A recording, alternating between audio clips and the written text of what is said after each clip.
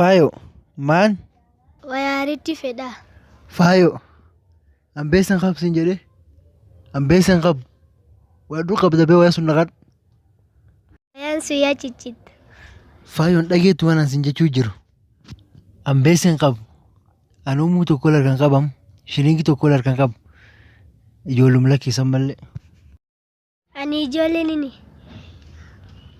Fayo. Ati ganni kee hagam? Gan 5.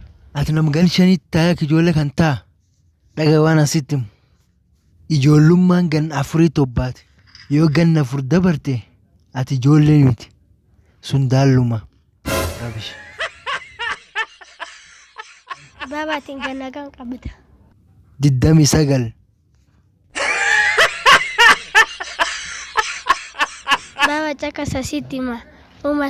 Umaskiinummaan iyyee gan 24 nobba.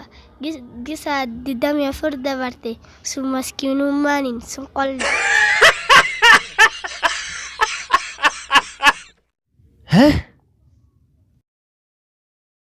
Ijoolleen tadhibiin iyyee baaba taajir qabda. Laalanii akka qabu. Gaay waaq eenyu jubba.